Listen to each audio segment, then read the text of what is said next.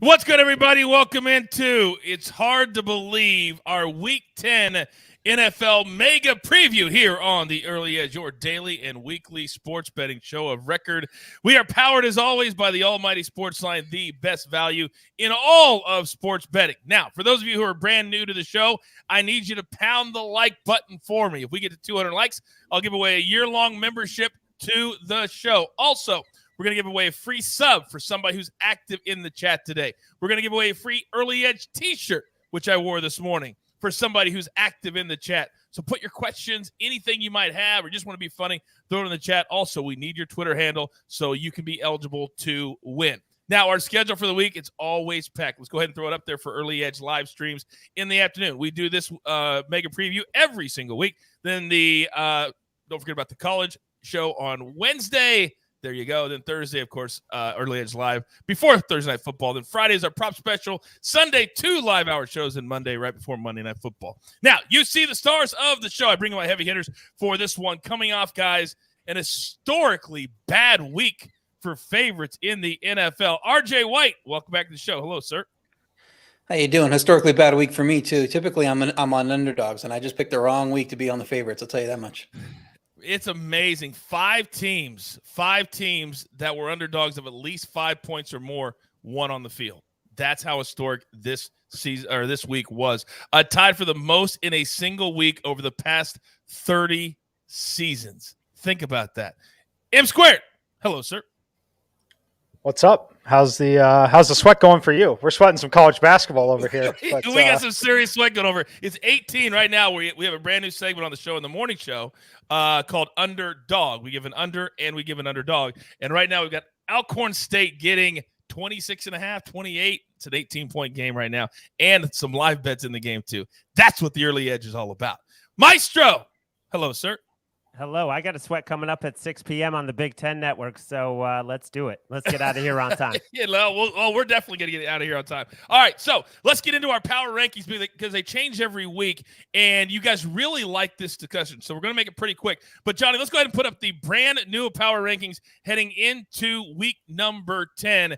And after all of the craziness that last week, RJ, I want to start with you. You still have the Bills. The Bills are still number 1 despite losing at Jacksonville, losing at the Jags. The Rams lose as well. They're still at number 2. What do you make of these 10 and still having the Bills and Rams 1-2? Yeah, I can see it. I personally have the Buccaneers 1. I moved them slightly ahead before the Bills loss, and there's no reason to move the Bills up after what they did on the field there. So Buccaneers are the top team to me, but I do think that is the top 3 right now. I put the Cardinals there, tied with the Bills and Rams too, so I wouldn't mind that. Ravens slightly behind. And then you get to the bottom 10, the Browns moving up. I wasn't as aggressive moving them up after just 1 week. They hit some explosive plays there. I don't think they'll be able to do that every week. And Packers are going to be better when Rodgers comes back. Cowboys, I think you just chalked that up as a weird week.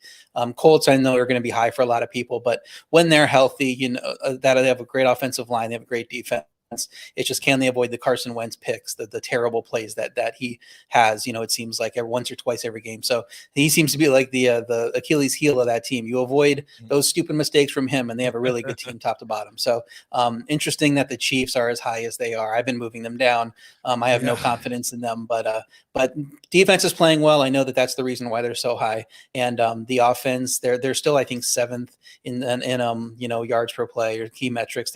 They should get it together if they avoid the turnovers. You got to figure it turns on for them at some point, but at this point, this seems a little high for them to me.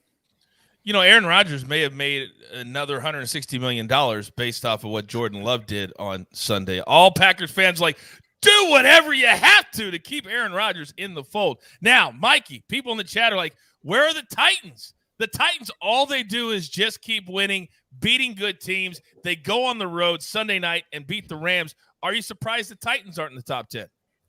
I am surprised they're not in the top 10, but overall, I think the list is actually very good with the right teams, just in a little bit of a different order. So I'm okay with the top 5 being exactly how they are, frankly. But after that, number 6 is where Kansas City is, or I guess they're tied at 6 and 7 with the Colts. That's where I would put the Green Bay Packers. Then number 7, I would put the Tennessee Titans. Okay. Number 8, Cowboys. Kansas City, number 9. Cleveland, number 10. and then I would have the Colts at 11 outside of the top 10, but I would have the Titans in there. I do think the Chiefs are still in the top 10. I think that they're 9 or 10. You can swap them in Cleveland at any point, but the Packers, in my opinion, should be that number 6 team when you assume that Aaron Rodgers is going to be back and healthy, Right. and there's a pretty darn good chance they're going to sign Odell Beckham. And that was the big news of the day. He cleared waivers so he can go to any team that he chooses now. And Maestro, let me come to you so we wrap up the conversation on these top 10. Do you agree with some of what Mikey said, and how much do you think OBJ could impact where we think the power rankings should go if he goes to the team that people think that he will? Well, 0 if he doesn't run hard on every play. So, I mean, the Browns are 9-4 without him. I think that speaks a lot. Yeah, I mean, over what the Packers have now, if he played hard every play, he would be a slight improvement, I guess. The one thing that sticks out to me, you look at the Ravens and the Chiefs, they are the dead last in opponent yards per play, 6.3 yards a carry, the worst defenses on a per play basis. And the other thing that's interesting about the Chiefs, their offense has cratered. After week 4, there's a metric called EPA, expected points added. That means how well do you do above what is expected on that play. They were first in the league, plummeted every single week, and now they're 11th, which is uncharted territory for them the last 3 years. Yeah, it really looks like right now Patrick Mahomes is a little bit lost. He doesn't know how to handle this adversity, and the rest of the team's starting to see Travis Kelce, a lot of frustration on his face. This is just a team that is lost, which is so incredibly hard to believe. All right, our top 5 games of the week as we spin it forward and looking towards week 10. And you got to wonder if everything is going to get right or if the underdogs will continue this really historic season for them. These are the top 5 games according to me. RJ, which one of these are you most looking forward to this week? I like to see Browns Patriots. It looks like Nick Chubb is questionable for that game. He got put on the COVID list. We'll see if he can test well and come back. But these two teams look like kind of sleeping giants there in the AFC. The teams above them are losing.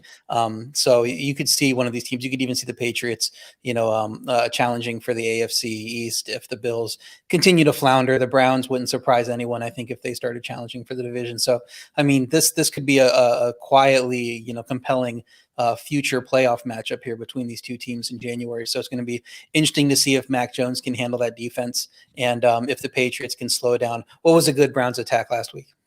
And if Mac Jones can handle really the first negative publicity that he's gotten in his young career, a lot of people coming after him for being a dirty play on Sunday against the Panthers. I didn't think it was a big deal, but some of the Panthers players did. So we'll see how he handles that. M Squared, which one are you looking forward to on this list? I mean, I'm always looking forward to the Chiefs and seeing how they're going to respond each week. But I'm also interested in the Saints and Titans game. I think two teams that have shown that their defenses can get them the ball in good field position. Very interested to see who the Saints start at quarterback. This Titans team is kind of the tail of them, right? They haven't been great as favorites. They've been really good as underdogs. They're a favorite this week against the Saints. Yeah, I think that honestly, I think you get a great job. I'm very interested in every single game on the board here, and I've got plays in at least 2 of them already. I got to tell you, I get very nervous because I have so much respect for you 3 guys that when I pick these 5 games every week, I'm nervous because I'm like, do they think are they the 5 most important games? So thank you for saying that, Mikey. Maestro, what about you?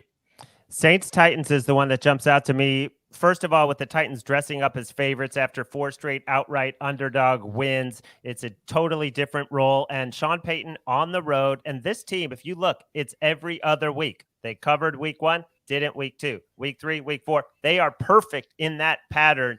This is a week they're supposed to cover. It's on the road as an underdog. Titans off 4 straight outright wins. Will they finally come back to earth? But their defense, that Titans pass defense has been better than expected. Even going into last week when it stunned everyone, it had actually been playing better with the pressure up front.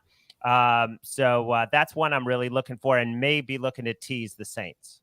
Oh, I like when you're talking about teasers. A lot of people in the chat, a lot of different answers. Let's keep that chat humming. Don't forget to pound that like button. When we get to 200, I'll give out a free year-long membership to SportsLine. All right, now this is the time of the show every week where we give out our official plays. And on Tuesday, with the way that the lines have been moving all over the place, it's so important to try and beat the number, even though right now we have no idea what's going on. Last week, favorites 4-10 against the spread. Home teams 4-10 against the spread this season, guys. Underdogs, think about this: 76, 55, and 1 against the spread. 54 and 80 straight up. Both of those are the second best through week 9 since 2000. The last 21 seasons. That's how historic this is. So what do we do this week? RJ, I'm coming to you. What official plays do you have for the show this week? Well, last 2 weeks did a great job getting ahead of some key line moves. Got great line value. Did not matter. Picks have been terrible. So not as many picks here this time. We're going to wait to see where the line moves. I think I'm going to get some better numbers on some games I like. So the first one I did go with, I wanted to get in right away, is Rams -4. The Rams might get Von Miller for this game after he was limited in practice last week, but he didn't play. San Francisco lost Mike McClure at tackle at the worst time. I mean, Jimmy G could be under siege all day in this game. San Fran's won 4 straight against the Rams, but they don't look like a particularly good team right now. I think the Rams are probably have this circled from before the season. I know it's a division rival. You want to play good in division games, but Sean McVay's lost 2 straight years to Kyle Shanahan. I think he really wants this win. The Rams are 10-3-1 against the spread after a loss since the start of 2019. So they know how to bounce back when they get disappointed, they get defeated. We saw it earlier this season when they lost their first game. Then they went and they took care of business against Seattle as 2.5-point favorites. So I think something similar happens here and they win this game pretty comfortably. My second pick is Browns Patriots under 45. I think the line was moving against me there early, so I probably should have waited on this one. But I trust both these defenses better than their offenses right now, even after Cleveland scored 41. They had 3 touchdowns of 60-plus yards in that game, including the interception from the goal line to goal line. So you can't really expect to replicate that against New England. They're not going to give you explosive plays with that Bill Belichick defense. Chubb could be out. I can't see New England getting gashed by D'Ernest Johnson like Denver did. They'll be able to handle him more effectively. And that New England defense can force you outside your comfort zone. And I think you need a dynamic offense to move the ball against them consistently. And Cleveland, I don't think, has that with their passing game and with the guys on the shelf right now. I'm not sure really how New England can have success relying on the pass game either. And Cleveland is second in yards per rush allowed. So I do like this game to go under 45. Then my last play, I was looking at a teaser. I think there's some good teaser legs this week. The one I settled on is Ravens -1.5. I think they're undervalued on that Thursday night line. I'm holding out hope we get to 7 before I play them. I like to get them at 7. And then the Vikings, I put up to +8.5. They're addicted to close games. They're just one result, not within one score this year. So I think this is going to be another one like that for them. And, I can't see the Chargers running away from them. So yeah, that's going to be my teaser, but I do like a few other teaser legs. I like when you give out teasers. I like when you change it up just a little bit. I like that a lot. Right now, when you talk about the ultimate sweat going on right now, I want to tell everybody at home because you're involved in everything that we do. So we got Alcorn State +26.5. That's going to cover. But Mikey has a live play at 19.5, and Alcorn State is on the free throw line shooting 2 free throws. And the first I have 19.5, 17.5. I have Washington State -19.5, Washington State -17.5, and then I have Alcorn State +27. So you're going to win at least 2 of those. We're going to win 1. You might win. He missed it. Oh, he missed it. Yeah. Oh, I think I'm going to win all 3. Hopefully. I got to go. You're all going to win all 3. They just found. Wow, this is incredible. I love live sweats on our shows. They got the rebound. We got to sweat. We got to sweat here still either way. Okay. Did they call a foul on Washington State? I think they did. Oh my goodness. This is real time. This is real time betting right here. And my Alcorn State play is the bigger play for sure, but the 26.5. Yeah. That's what I got too. 27. Yeah, we're good. That's our brand new segment on the show. For those of you who are brand new, it's called Underdog. We're going to give an under every single day of college basketball and a dog that we like as well. Alcorn State was our dog of the day, and it's going to hit our very first play of the year in college basketball. Awesome stuff. All right, Mikey. You know what? I'm going to let Larry go first so you can sweat the end of this. Maestro, what do you have for the show? All right. Well, I am on the same teaser that RJ is. I want to start with that one with the Ravens and the Vikings. I want to point out something about the Ravens. We know they blitz all the time. We know Tua is a game time decision. Him and Jacoby Brissett are both bottom 5 against the blitz. And look how bad Miami's O-line was. 37.5% pressure rate is what the Texans got. Every single O-lineman on Miami gave up multiple pressures last week. Now they're going up against a blitz-heavy scheme that can really bring it. People are saying the Ravens are tired because they had 89 plays with that overtime. That could be true, but remember, they've been home since October 4th. This is their first road game. I think they should be fresh enough to go down there and get it done. And the other thing is Myles Gaskin. I don't think he has forced a missed tackle in the last 3 weeks. I've never seen a guy with stats this poor. He just runs into contact and goes down. So I think this will be a nice spot for the Ravens defense, which has been getting gashed. I'll take them -1.5. What happened in the game? Washington State missed a free throw. And what's crazy is everybody in the chat is playing with us. This is awesome. I didn't mean to interrupt you, Meister. So they missed the first one, made the second. It's a 20-point game with Alcorn State having the basketball. Let's just see how it plays out. Jumper. Oh, no! Down to 18 with 12 seconds to go in the game. Are they going to foul? There's no way they're going to foul. No, they're not. Are they going to foul? Nope. 6 seconds to go. The ball's out of bounds. Wow, this is tight. We're going to win a big bet. Everybody in the chat. What'd you say, RJ? He's gonna break some tackles this week, Myles Gaskin, because the Ravens are tackling like terrible. They're like the worst tackling team in the league right now. They are. They give up a ton of explosives, but I just think their offense is gonna, do what they do. And the Vikings, Dalvin Cook, 4.8 yards per play, should have a field day against the Chargers. The Chargers have played a ton of close games. They've only had one win by more than 7 points. Like RJ said, we can get another close game, or we can get the back door just to cover the teaser with Kirk Cousins. Although he does have a very poor history on the West Coast, 1-5 straight up, 1-5 ATS. I saw that today, but I'm still going to play it. And then the other one is the same Ravens, just to win the game, basically, -1.5, and the Browns.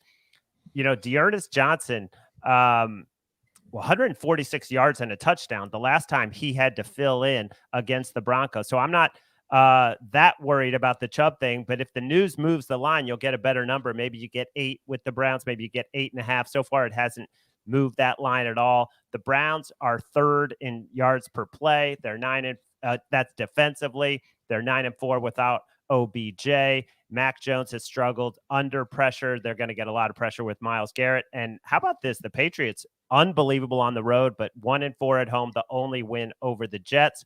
So give me the Browns, tease them up over a touchdown, and let's just hope the Ravens win, because otherwise both these teasers will be dead going into Sunday. I got to tell you, the way the NFL is going right now, teasers are the smartest play. Just taking the 6 points and adding it to whatever you think is going to happen, because it has been absolutely bananas. I love those two plays from the Maestro. All right, M Squared, what do you got for us this week? Yeah, so I'm on the Rams -4. You can still get this at 3.5, actually, in a few spots. It's one of my favorite plays. You already heard RJ talk about it a little bit there. I think it's a great bounce back spot for them against the 49ers, so I think still have some things to work out. I tried the best that I could to upgrade San Francisco with Kittle being back, with Debo there, with having a little bit of added depth at running back, and the best I could get to was 4.7. So I like the Rams here. I tried to make the case for San Francisco. I really, really did. And I wasn't able to get there. So I've got them -4. I'm on the Chargers, -2.5. This one's at -115, not -110, but I do like the Chargers here in this spot. I think it's going to be a pretty competitive game with Minnesota. I think Minnesota has a unique ability to lose close games, and I think that that's what's going to happen here in this one. I think that the Chargers end up winning this one, so I like this line quite a bit just because it's through that key number of -3. And then Seattle Green Bay, under 49.5 for a few reasons. I've got Aaron Rodgers in the game. My number on it is 46.5. That's 3 points below and gets you through a couple of key numbers on totals in the NFL. However, there's a chance that Aaron Rodgers doesn't play. I think it's very slim, but there is still a chance. You also have to keep in mind that it's Russell Wilson's first game back. Anything wrong with that hand, we're right back to the same Geno Smith situation. If Aaron Rodgers is unable to play last minute, we are right back to Jordan Love's situation. Having a clear under of 3 points right now with everyone in, assuming full health for Wilson, full health for Rodgers, and still having that edge, that total is going to plummet if one of those two has any sort of a setback and can't play. So I love the under in that one. And then the over, Kansas City and Las Vegas, 51.5. I have this number all the way up to 56.6 in my simulations. I still think that this is going to be a great spot. I think that Travis Kelce and Patrick Mahomes will be on the same page in this one. I think it's Kansas City. They know that they've been very fortunate to win the last few games. I think that they win this game, and I like it to go over the total because I do think that the Raiders will have just enough success moving the football. I think it's a field goal game either way, but this total's a little soft. Frankly, I'm really stunned that this one isn't sitting at 53.5 to 54. Do you think it's because Kansas City looked inept on offense against the Packers? Definitely. Okay.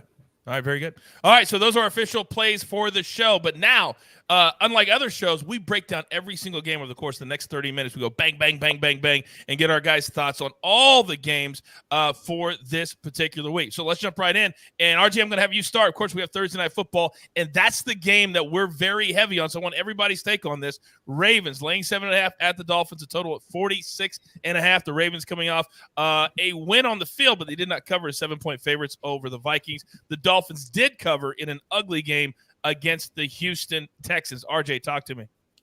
Lamar returns to the scene of the crime, 59-10 pasting at Miami in week 1 of 2019. And Miami has similar numbers this year to that team, actually, exactly negative 1.1 net yards per play. So maybe we're in for another one of those. I think if Brissett is starting in this game, if Tua is not healthy to play, the Ravens blitz a tee off on him. He holds the ball too long. This Miami offensive line isn't good. I think they'll knock him around in that sense, and Miami will have trouble moving the ball. If Tua is in, I don't know if it's going to be any better, but I do know if Brissett's in, it's going to be pretty bad. Miami's defense has been better the last few weeks, but they can't expect a bunch of gift turnovers here, I don't think, like they had in that Houston game. My lean is Baltimore. I'm hoping to get it at 7. I've teased it already. Obviously, feel free to tease it with anything you like later in the week because I think it's a great teaser number. I'm going to probably play Baltimore at 7.5 if I can't get 7, but going to hold on and wait for it. All right. And Maestro, you already have the Ravens in 2 teasers, correct? Correct. And the only thing I wanted to add is that Nick Boyle was activated today. He's not a big name, but he's actually their best blocking tight end, and he's only going to help that Ravens run game. All right. M squared, I know you're not a fan of buying points, but if it's sitting at 7.5 because of how bad the Dolphins offense is, would you buy the half point down to 7? I would not. I have this up to 9.3 in my simulation, so I would just probably play it at the 7.5 or include it in teasers. Definitely will have a same game parlay on it on the Thursday stream. I also lean towards the under in this one. I have it at 44.7. You have a pretty decent edge, about 2 points here. I would probably grab it quickly. I know that we think that games go up typically closer to the game, but I do think that this one, because we don't know on the quarterback situation, is one that might trend towards keep dropping on the total. So if you like the under like I do, I would probably grab it now as I expect it to close 45.5. So that's where I'm at on it now. I lean towards the Ravens and the under. And the under. Maestro, what do you got? Yeah, just another good thing for the Ravens. It looks like Hollywood Brown, Rashad Bateman, and Sammy Watkins will all be full go this week, which they haven't had. I don't know if they've had that in any game this year. Wow, that would be a big deal. First touchdown, Rashad Bateman. What do you think about that? I got plus 1750 on that. Oh, yep. Listen to RJ. That's one of our favorite bets here on the show is the first touchdown of the game. I haven't done it yet. I haven't done it. Maestro has. M Squared has. I think we need to have a special RJ on Sunday night or Monday night throwing in a pick in the Van Jefferson. I think we need that one of these weeks. Yep. I think we need that. Maybe this week, RJ. Well, I think we got it right now. It's on the record. Oh, for Thursday night. Yeah. All right, let's remember that. I tried. I put some props articles out. They asked me for props articles. So we can put some single game stuff out as articles. And I put a Josiah DeGuara anytime touchdown at 1750 last week, figuring, hey, he probably has some rapport with Jordan Love, second string tight end. Now going to have to step up with Tanya out. I think he got like 1 catch. So I mean, at least he targeted him. It just wasn't in the right spot. Oh, very good. Very good. Joe in the chat said, Coach owned me on Twitter last night. Joe, I own everybody on Twitter every single night, so you don't even have to write that, but thank you. All right, let's move on. Maestro, I'm coming to you. Falcons and the Cowboys. This is also a very unique game because the Cowboys somehow are laying 9. The total's sitting at 54.5. Now, the Falcons are one of those teams I talked about at the beginning of the show, Maestro, that were 5+ point underdogs and won on the field. Should they be getting 9 at 4-4? The Falcons aren't terrible. 9 points? Talk to me. The only lean I would have on this game is, and it's a massive total, is to still go over just because I think Dak is going to get back in rhythm, and the Falcons defense is not very good. The Saints have a very limited offense, and they put up 26 or 27, with Simeon. So I think the Falcons will also move the ball. The Cowboys secondary has been exposed. Diggs, gambles and gets the pick sixes, but he's not shutting down any any really great receivers. And even without Ridley, the Falcons have some weapons, especially Pitts. So, yeah, I would lean over, nothing else. Mikey or RJ, the Cowboys, I think this is a very, very important game for them. They're 6-2. Everybody thought they were the best team in the NFC until they laid an egg with Dak back under center. Which is the real Cowboys team? Mikey, let me come to you. And RJ, if you got something, you can raise your hand. Yeah, I mean, I think it's somewhere in the middle for sure. I think the most interesting thing that stood out about that game is how much they wanted to attack Diggs early and often, which makes sense. He's super aggressive, and they had a good read on it. But I don't have the edge needed to bet it. It's 9.1. Like Larry, the only thing I could get to would be the over, leaning over in this game. I think the Cowboys are going to put up points, but I think they're also going to allow points in some of that garbage time in this game. So for me, it's over or nothing if you want to play this one. All right, very good. Let's stay with you there. Let's go to game number 3 on our board. That's the Saints and the Titans. And the Titans are laying 3 at home. The total 44.5. The Titans have been shocking the world. No Derrick Henry. They still go to L.A., and they dominated the Rams at home. Mikey, talk to me. Yeah, so I make this one Titans minus 4.2. I was a little surprised that I made it that high. It's Simeon. The quarterback situation's not great for the Saints here. So I'm giving the Titans defense quite a bit of credit here. They haven't been great as favorites in these spots, but if I had to play it, I would play them as I have it minus 4.2. I love that we got a decent week from Julio Jones in the sense that he played. He's not hurt anymore. He's supposedly healthy, going to play again. Having both him and A.J. Brown out there, I think it's going to help a lot. I think it takes so much pressure off of it. We saw Ryan Tannehill run a touchdown in. I think he's going to continue to stretch things out, extend drives, pick up first downs with his legs. So for me, it's Titans or nothing in this game until we see a little more out of the Saints, until I have a little more clarity about that quarterback position there. All right, Walter in the chat said that Kamara might miss some time, they said today, in reference to something that Kelsey wrote in the chat. So we'll keep an eye on Kamara this week, too, for the Saints to see if they can back it up as well. All right, let me come to you, RJ. Next game on the board, and there are still so many big spreads, and I know the Jags are going on the road, but they beat the Bills last week 9-6. Wasn't pretty. I think no touchdown in the game was like plus 10,000 or something like that. So the Colts are laying 10.5, total 47.5. The Colts are coming off just a beat down for 3 quarters over the Jets. Then the Jets almost cover. So your thoughts on this one, RJ? Yeah, this is the same number Indy just covered against the Jets. Like you said, the Jags are at least as bad as the Jets at this point. All 4 Indy wins have been by double digits. They should be expected to blow out bad teams, but their D did fall apart against the Jets, and Jacksonville's D is coming off a massive game against Buffalo. I think all Indy has to do is avoid stupid Wentz turnovers like I talked about earlier, and that's not a given in any game, but it should be a given against the Jaguars. I know they just played their butts off against Buffalo, but anytime you can fade the Jaguars coming off a win, I think there's probably going to be value doing that. So there probably is slight value on the Jaguars in my number, but I would look to play the Colts if I'm going to play this game. Probably just going to stay away. Yeah, it kind of feels like a stay away, too. In the chat, somebody mentioned Jonathan Taylor. His numbers have started to rise so high that even in props, there's not a whole lot of value in playing Jonathan Taylor. I think last week his number was 80 or 90. Still went over 100, but still, that's a high number to play a running back anytime in the NFL. All right, Maestro, let's come to you. Next game on the board, Browns and the Patriots. And this is one of our top 5 plays of the week. I think the Patriots have a chance to show the entire NFL, Maestro, that they are legit with a rookie quarterback under center. They're laying 1.5 points. The total sitting at 45. Both teams need this one to stay in the, their momentum for the playoffs and also their record. They have several losses too. Maestro, talk to me. Yeah, I agree with RJ in terms of low scoring. You went under 45, right, RJ? I did, yes. Yeah, I agree with it. I think it's going to be a low-scoring defensive game. I lean Browns. If I could get 3, I would be betting Browns right now, but I'm going to take the teaser and use the Browns. I just think it's going to be a very close, very low-scoring game, maybe reminiscent of that Browns-Vikings game that was 14-7, but maybe it'll be like 14-10, something like that. 2 very good defenses, and I just think the Browns without OBJ, it's a narrative, but it's true. It's true. They're more unified. Donovan Peoples-Jones showed out. The backup running back is great too. So the offensive line is healthy. That's the main thing. Oh, I like it. I'm so looking forward to this game tonight. Mikey, a lot of people in the chat are thanking you because their Alcorn State pick, the money just slid into their accounts. You can use it for a game later today. So certainly we all thank Mikey for that play today, our very first play from our underdog underdog segment. Now, speaking of underdogs, Mikey, the Jets are 13-point underdogs against the Bills, total 47.5. I don't even know what to think about this one. I want to hear from you.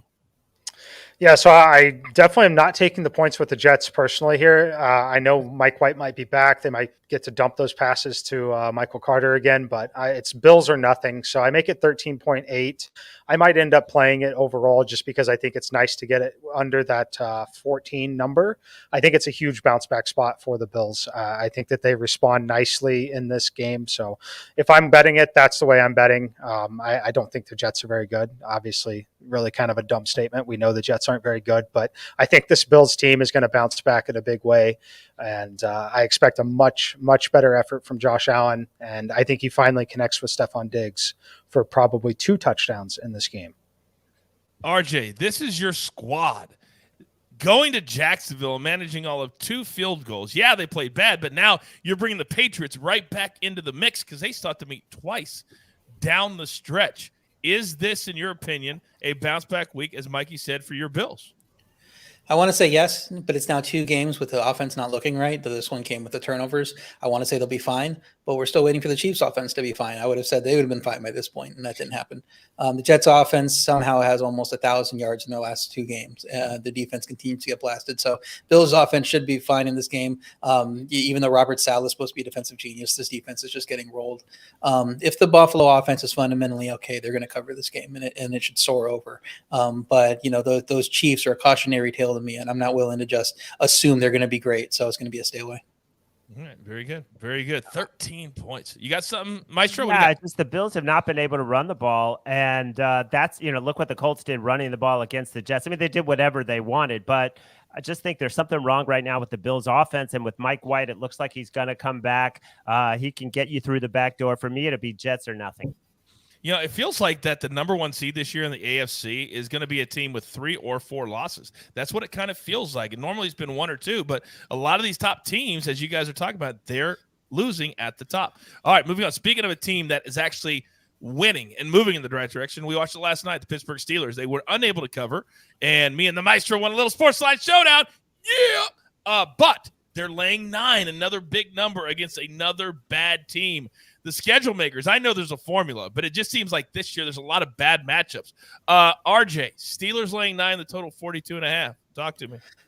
I can make zero case for Detroit being a solid team at this point, but they've had 2 weeks to prepare for this game versus a team playing on Monday. That's a big gap in rest. Woodland's teams this late in the season, they tend to have value because the spreads tend to be inflated, and I love fading Pittsburgh as huge favorites. In fact, I had them, I faded them last week, and I only needed 6.5 against the Bears offense. I couldn't do anything in the weeks leading up to that game. So Pittsburgh hasn't won by more than 1 score yet. This feels like an ugly cover for Detroit for me, like they had versus Baltimore, versus Minnesota. 2 teams that, well, 1 team definitely is better than Pittsburgh. I don't know about Minnesota. So my lean here would be to Detroit plus 9. I'm definitely not laying 9 points with the Steelers in any game against any matchup against any team. Not even against Alabama. There's going to be, those idiots that go, who would Alabama beat right now? Nobody. Absolutely nobody. They would beat no one. All right, moving on. There's another big time spread here. I mean, I'm just looking one big spread after another, at least before our commercial break. Buccaneers laying 9.5, Maestro. I'm coming to you. At Washington, the total 51.5. The last time we saw the Bucs, they were getting beat down by the Saints. Is this a big time bounce back against a Washington team that has been complete Jekyll and Hyde? Has anyone? I saw some talk in the chat that OBJ is going to the Buccaneers, but I don't believe that's confirmed. I actually have some breaking news. The Buccaneers have signed the recently waived Brashad Perryman to the Packers spot, and he's going to be active at some point. So I think that takes him out of the Odell running because they got Brashad Perryman. Oh my God! I thought you were going to say OBJ right there. That was a great swerve. Great swerve. Anyway, Maestro, go ahead. Yeah, I'm going to lean to Washington. This team has talent. They've had a bye week. I know the Bucs also had a bye week, but you just look at the Bucs. They have yet to cover on the road this season. At the Rams, lost by 10. At New England, squeaked it out. At Philly, only won by 6. At New Orleans, lost outright. So until they show that they are the same team on the road, there's no way I could lay this kind of a number. All right, I agree with you. I think this also feels like a stay away. And we've learned the last few weeks that there's a lot of games you just can't bet because we don't know and the number's just too high. All right, I've got my first random winner from the chat. If you stay active, my man Johnny is just kind of perusing to see who deserves a year-long membership. And here it is, at Chef Rock 76, at Chef Rock 76. You're the newest member of SportsLine. Welcome to the family. You have access to all of the cappers analysis simulations for the next 12 months. Johnny or the jeweler will reach out to you on social media and give you all the details. All right, Mikey, I'm coming to you. Another big number. Cardinals laying 10, total 44.5 as the Panthers travel to the desert. Talk to me. Yeah, I mean, I think we need to know what's up with Kyler Murray for this game to know if we can even think about betting it at this point. But if he's in, I make it 11.2 and probably still staying away just because Christian McCaffrey is back. They've lost Chase Edmonds for a while. I want no part of this game right now. It's too close to my number on each side. There's too much risk not knowing the status truly of Kyler Murray. How much will Christian McCaffrey truly be unleashed? So at this point in the week, unfortunately, I've got nothing for you on this one. Yeah, and sometimes we talk on the show all the time that it's smart to get on a number, but then this week it feels like it's really smart to wait on a lot of these games, as you guys have said. Now, the early edge is growing so much. The brand is just booming that now we have commercials and a very, very popular show on a network in the family. Now, you check it out. Every day I walk through this world faking it. But sometimes I have an urge too strong to ignore.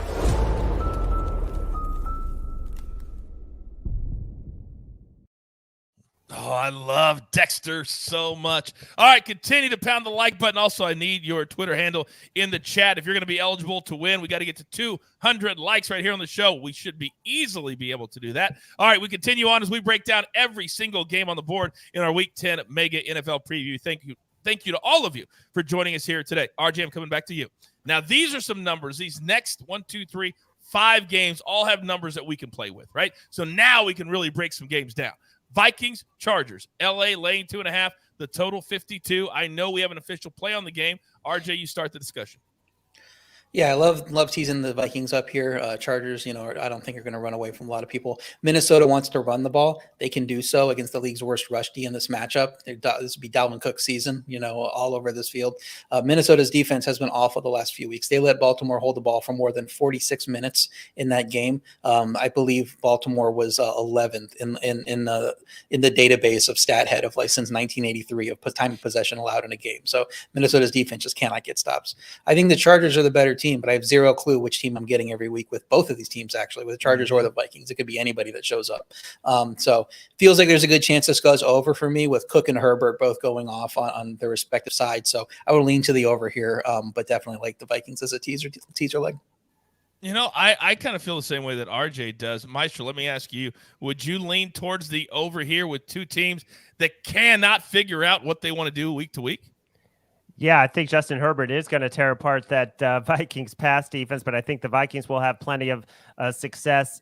This is a crazy matchup because you have one coach who's stuck in the dark ages, and then you have another coach who's actually doing the right things, and the way he milked that clock to make sure that the Eagles did not get a chance to get the ball back. He went for it on 4th and 1 instead of taking a 45-yard field goal, which a lot of coaches would have kicked the field goal there and said, I can't risk not kicking a field goal, but there was less than 2 minutes to go.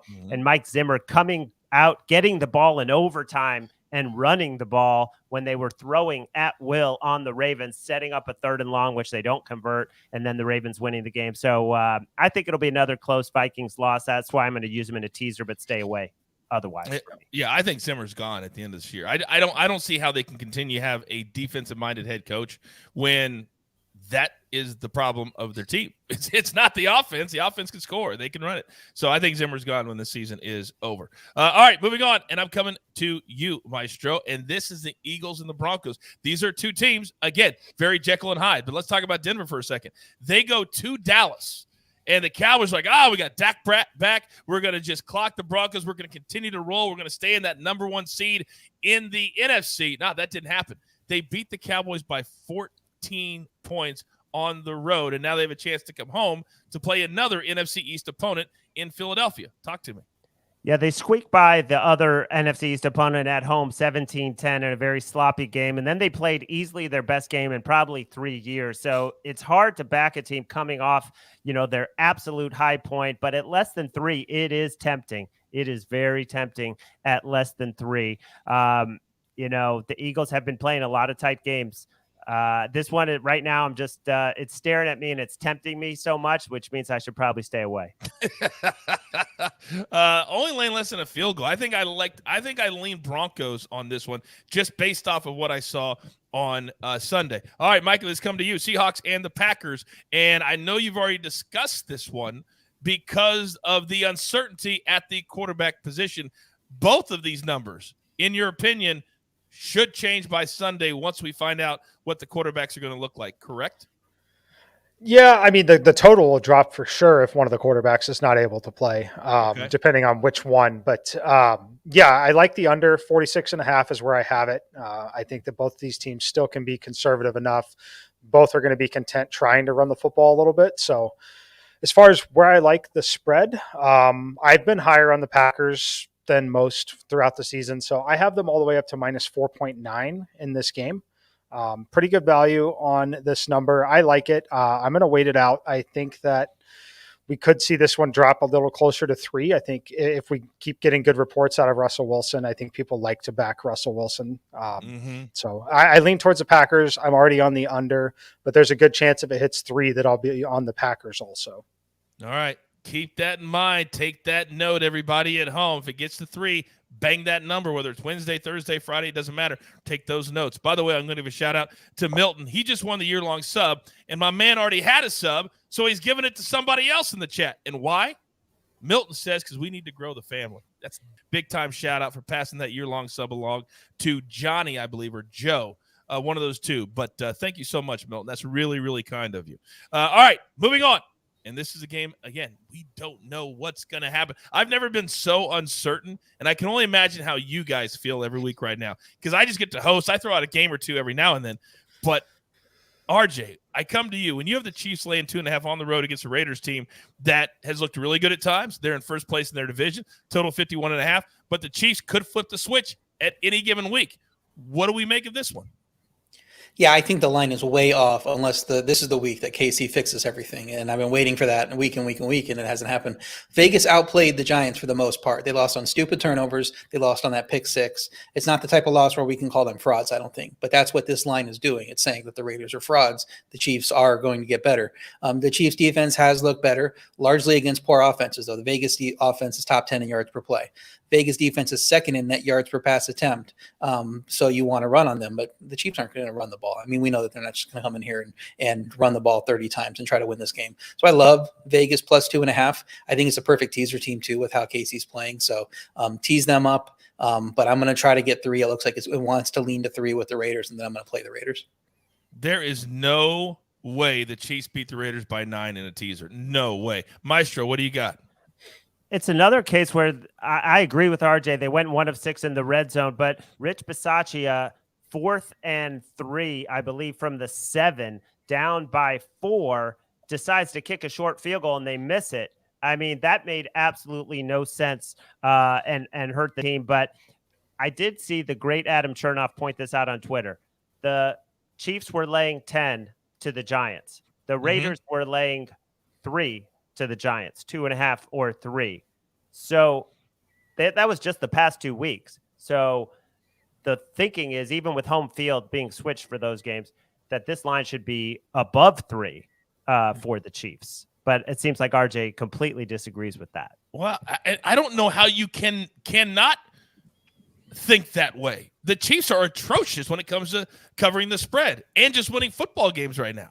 This line is, to me, when you look at all of them with all the big lines, this is the one that's the most off, and it's a low number. And then you would think it would be one of the 10s or 11s or 13s. I think RJ is dead on this one. I've never bet against my Chiefs in my life, and this might be week number 1. This might be the first week.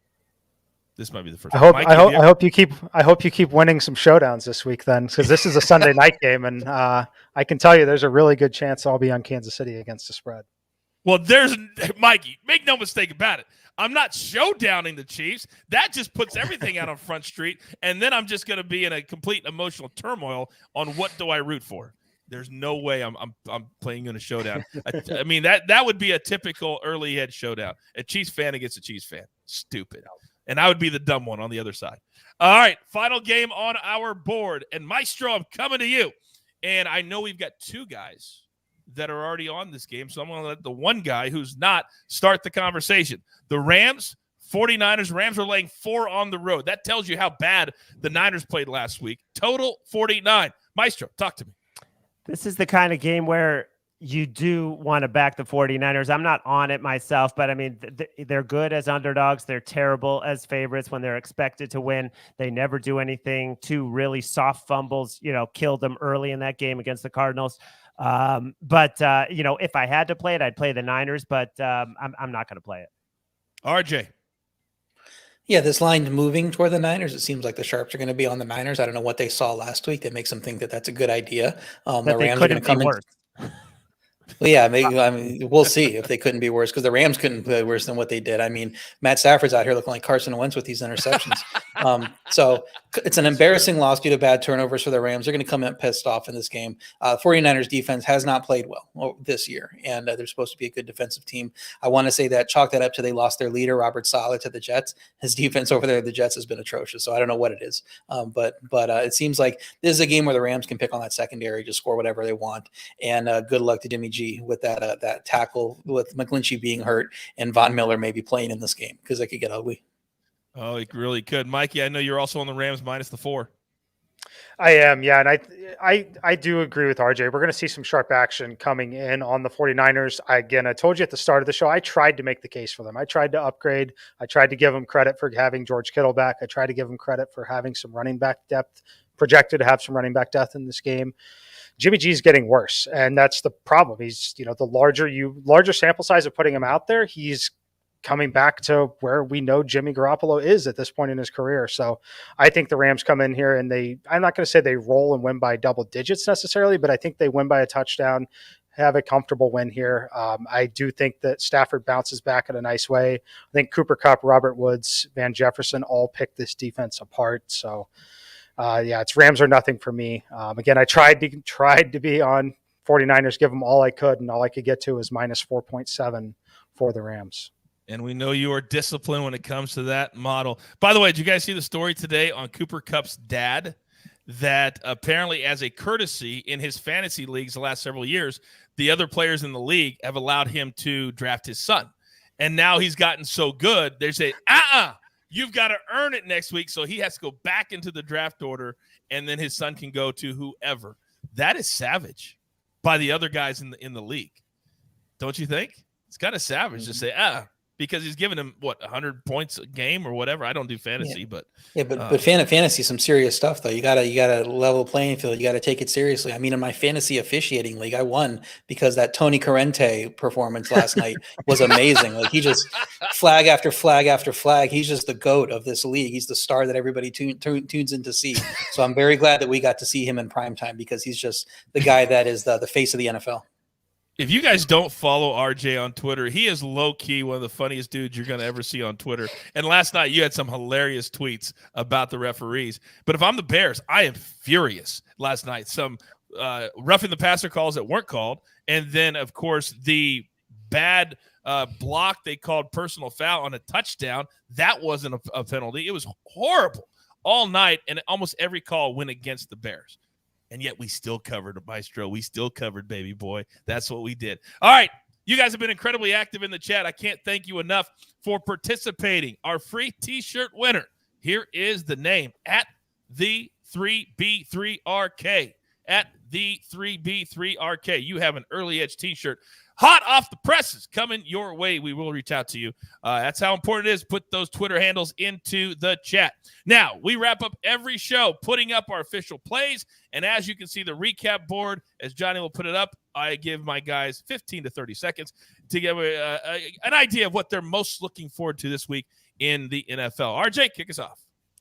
Looking forward to getting back on the winning streak. You know, it's a couple rough weeks here, zigging when I should have been zagging, but I think we got some good plays here on this board. Going to put some later in the week once we see the injury reports come out and who's going to be available, coming off the COVID list, all those type of things. So yeah, I think it's going to be a pretty good week for us. All right, Mikey. Yeah, I'm looking forward to that Kansas City game, obviously, on Sunday night. I want to see them bounce back in a big way against the Raiders. It's going to be a lot of fun to watch Russell Wilson and Aaron Rodgers, assuming both of them are out there on the field. And, of course, the Chargers. I think that it's a must-win game for each team, and I'm going to continue to bet on Minnesota finding ways to lose football games. Very good. Maestro, bring us home. Kyle Shanahan probably coaching for his job. He has beaten Sean McVay the last 4 times. I should point that out. I think it's going to be a close game. You know, you remember when people said that Bill Belichick was an idiot for letting Jimmy G go out of New England? Now all of a sudden, look, playing for his job, he's just maybe not as good as we all thought he was going to be. All right, I'm looking forward to a really, really good week. I'm looking forward to a fun week. Don't forget, tomorrow, Wednesday, 3 p.m. Eastern, our weekly college mega preview with AB and the boys. We'll be here early in the morning for our normal daily live show, and then me and the guys will be back Thursday night, counting down to the Ravens and the Dolphins at 7:20 Eastern time, Thursday night football. We love doing it. We love each and every one of you. The SportsLine family grows literally by the day, and we can't thank you enough because, damn it, we all love what we get to do every single day. All right, there's only one thing left to do. And as Kelsey says, you know what that is. You've got your marching orders. Let's take all of these NFL tickets straight to the pay window. For my entire team, RJ, M Squared, Maestro, Johnny, on the ones and the twos, and our entire team at SportsLine, tell your friends there's only one sports betting brand you even need to worry about. We like to call it the Early Edge. Good luck. Do you want best bets in your feed every single day? All you have to do is hit that subscribe button to stay up to date with all things Early Edge.